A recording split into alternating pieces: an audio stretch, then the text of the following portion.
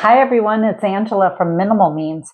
Today I want to go over my no spend wrap up.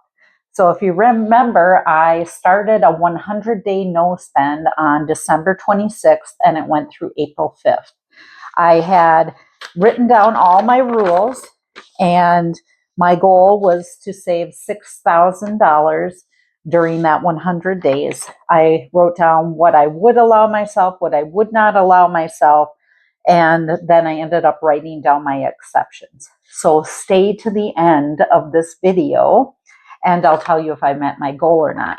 But I do want to go over what some of my exceptions were and what I learned along the way. This is the third time I've done a no spend, usually in the winter months, but this is the longest I've ever gone. So 100 days was the longest period of time. So during that time frame, the exceptions that I had to make was a garage door opener. My garage door broke during this time frame, and looking back, was that really a necessity? I kind of went back and forth on that, but I didn't even think about it at the time. At the time, I thought, oh, it's Saturday. We better replace this garage door before Jesse had to go back to work. So I just impulsively bought this garage door opener, which cost $200. And was that a necessity? I don't know. You tell me. What do you think? But at the time, I thought it was. But then I thought, no, I could have got my butt out of the car and opened that garage every day, every time I went in and out it. But I didn't have a handle to be able to do that. And I guess for security purposes, looking back, that anyone probably could have gotten in the house. So I waffle whether or not that was a exception that I should have made or not. Then I had my daughter went to a state competition, so I had to give her some money for that. I had a friend that needed me to run an errand for them, so that was some money I spent on that. I bought a treat for a friend. I got some flowers for a friend, and I ended up doing those things. I feel like those were okay, even though I wrote them on my exception list, because I was doing it for someone else. So I was doing it to help someone else, to cheer someone else up. So those I don't feel real bad about. Those probably cost me a total of $100 for those things. So those were on my exceptions as well. So what did I learn about this? Well, I learned a lot. I always learn a lot every time I do this. I learned that I need to ask myself, is this a need or a want? Which is something I suggest everybody doing. I'm not purchasing things to impress other people, which I'm pretty good at that anyway. I don't really care what other people think, but I think some people still do purchase things to impress other people. Like I would be fine driving a junky car, but some people are like, oh no, I have to have, you know, a nicer car or a sunroof or, things that I really don't care about. So that's a personal preference, I guess. And I choose to use what I have. So I'm improvising a lot for things that I, don't have. I'm going to improvise. And if something breaks, I want to fix it. So that's something I'll continue to do, whether I'm on the no spend or not. And making do with what you have. So, for example, I was just about ready to run out of dish soap during that 100 days. I didn't quite have enough. Well, right at the end, I was Googling like how to make dish soap because I wasn't going to buy it. It was on my list of things I wasn't going to buy, which was clothing, Starbucks after my balance was up, cleaning supplies and paper products. Those were the things that I said I was absolutely not going to buy. So had I run out of dish soap, I would have made some. So what was on my list of things I wanted? So during that time frame, I made a list of things that I was out of that I wish I could have bought. They were pretty basic things. There weren't any extravagant items on there. One was dish soap, but like tinfoil I ran out of, certain vitamins. I did buy some vitamins, and I thought that that would be allowed because of it's kind of a medical supply, I think. But so I bought all of those things that I had on my list, which were just available at Walmart, and they ended up costing me about $50 for those things that I wish that I could have bought during that time. Um, what did I find challenging was my daughter's going to be leaving for college soon. So I really want to spend as much time as I can with her right now. And so every day that I had off with her, I really wanted to spend money.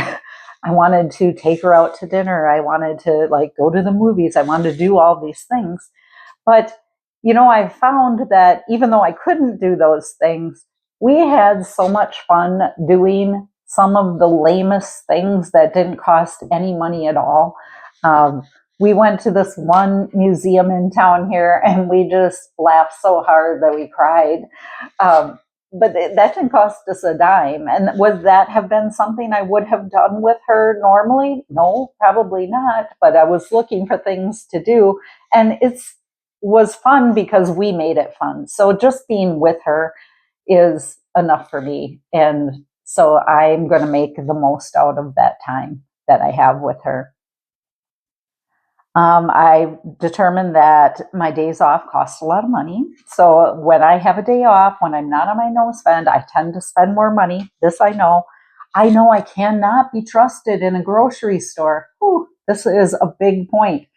What am I going to do about that? I really am bad. I go to the grocery store and I see something, I'm like, oh, well, I'll make lasagna. And then I start to write down what I've purchased things for so I don't forget to make them at least when I get home. But I buy too much stuff in the grocery store. So I'm going to, because of this, only shop once a month. So I'm going to start doing that. I'm going to make a list.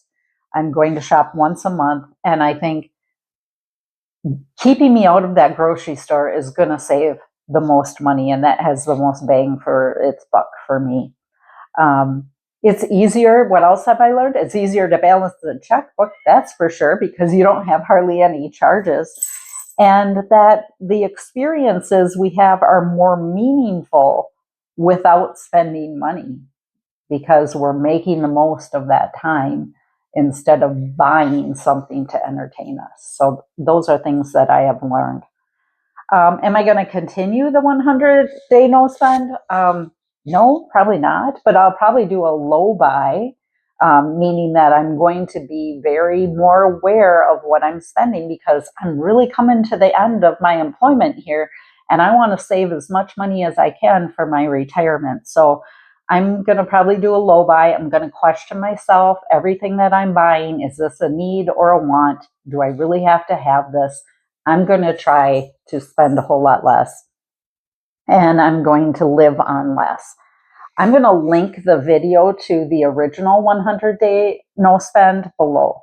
So other things I learned, I never had to worry about running out of money. So I know we probably all do the same thing. Towards the end of our pay period, are we going, should I buy that? If I buy that, that's going to overdraw my account. Do I have enough money to buy that? I never had that worry, which is so nice not to have that worry. I never had to worry about making purchases near payday and wonder if this was too much, if I was spending too much, and look forward to watching my savings grow every paycheck. So I really looked forward to getting paid, not because I wanted to buy something, but because I wanted to put it all in my savings and see if it grew. Or see how much it grew. So I know all of you are wondering, did I make my $6,000 goal? And again, this goal was in above what I normally save. So it was not my automatic deposits. It was not my tax return. It was not, money I automatically have go into my retirement. This is just above and beyond what I'm normally saving. And so did I make my goal? Yes, I made my goal. My goal was $6,000, which I was going to spend on a trip that we're going to London and Paris. And I ended up saving $6,660 during that time frame. So in 100 days, I saved an additional $6,660, which the trip ended up costing me closer to $6,200. So I was able to pay for the entire trip, which was very nice. So yes, I made my goal. So you can congratulate me below. And I would love to hear your experiences with your no spend also. So please comment. I want to hear from you. Comment, like, subscribe. Tell me I did a great job for meeting that goal. Whatever you want to do, comment below. Thank you.